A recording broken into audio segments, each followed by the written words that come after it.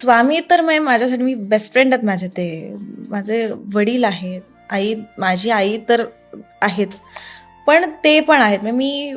मला रात्री झोप नाही आली तरी मी स्वामींकडे जाते. मला का झोप येत नाहीये स्वामी, प्लीज मला झोप येऊ द्या, मला उद्या शूटला जायचंय, का झोप येत नाहीये, असं करते. कधी कधी माझे काही कामं नाही झाले, का नाही झालं माझं काम, का असं करताय तुम्ही, का होतंय हे. मग मी बोलत नाही, कधी कधी मी चिडते आणि असं होतं माझ्याकडनं. आता आता मी बोलणार नाही तुमच्यासोबत, आता मी पूजाच नाही करणार तुमची, आता मला बोलायचंच नाही, मी रागवले तुमच्यावर. पण अगेन मग मी परत दुसऱ्या दिवशी पूजा करायला जाते. हां, आज पूजा करतेय मी.